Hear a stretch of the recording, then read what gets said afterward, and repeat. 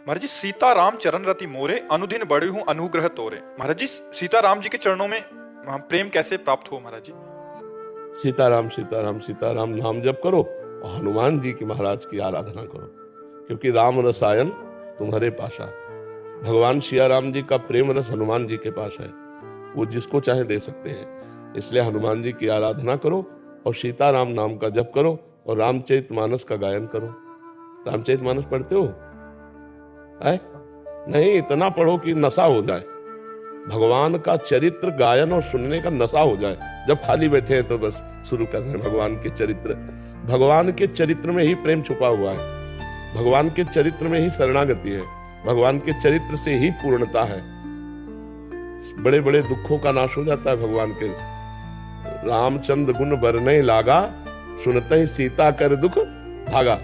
भगवान का जब हम चरित्र वर्णन करते हैं तो हमारा सब दुख नष्ट हो जाता है। सिया जी के दुख का कौन भगवान का यश वर्णन करने लगा? इस लंका में कौन आकर अमृत शब्द उच्चारण करने लगा? रामचंद्र गुण बरने लागा, सुनते ही सीता कर दुख भागा। तो भगवान के पावन चरित्रों का गायन, रामचरितमानस तो सरल भाषा में वेद है।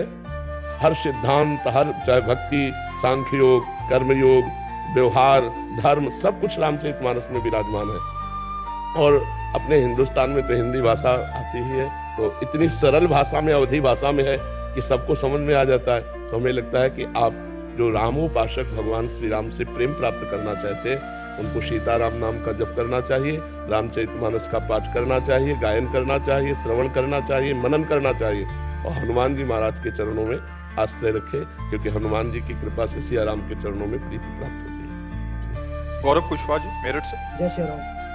जय श्री राम। महाराज जी, महाराज जी, मैं बहुत संशय में हूँ। ना तो मैं आपको छोड़ सकता हूँ और ना ही मैं राम नाम को। मैं आपके अलावा कहीं और से दीक्षा तो भी नहीं लेता। परेशानी क्या है? सिया राम जपो, सिया राम जपो। महाराज जी जैसा आप बोलते हो कि किसी राम नाम वाले से वो लेनी पड़ेगी। नहीं, जब मंत्र की बात आती है ना, तब हम कहते हैं। अब जैसे भगवान के राम नाम में अपार सामर्थ्य है। राम भी नहीं कह पाते थे, मरा कहा तो ब्रह्म ऋषि हो गए। तो तुम सिया राम जपोगे, तुम्हारा कल्याण नहीं हो जाएगा? तो मान लो, इसी को गुरु मंत्र मान लो और हमारे प्रतिभाव रख लो कि गुरु है, और सिया राम जपो, कोई संशय नहीं। ठीक है? अभी बताओ, संशय रह गया? नहीं महाराज, तो बस फिर जपो, आप ही हो सब कुछ। नाम जप से सब ठीक हो जाएगा। आप सिया राम जपो, ठीक है? निशिका गुप्ता जी, राधे राधे महाराज जी। महाराज जी, आपके चरणों में कोटि कोटि प्रणाम। महाराज जी, क्या स्नान के समय या स्नान के तुरंत बाद बाथरूम में यदि नाम लें, जैसे राम नाम अंदर करें, तो ये सही या गलत है? नहीं, ये तो बाथरूम में भी कीजिए, शौचालय में बैठे तो भी कीजिए।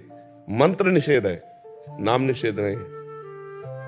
जैसे हम नाम जप कर रहे हैं ना, तो अब शौचालय में बैठ के ऐसे तो नहीं जपेंगे राम राम राम राम, ऐसे जपेंगे। अब अंदर जो हमारे चल रहा है उसके लिए निषेध। अपवित्र पवित्रो वा सर्वावस्थांगतोपि वह यह स्मरेत पुंडरीकाक्षम सवायाभ्यंतर शुचि।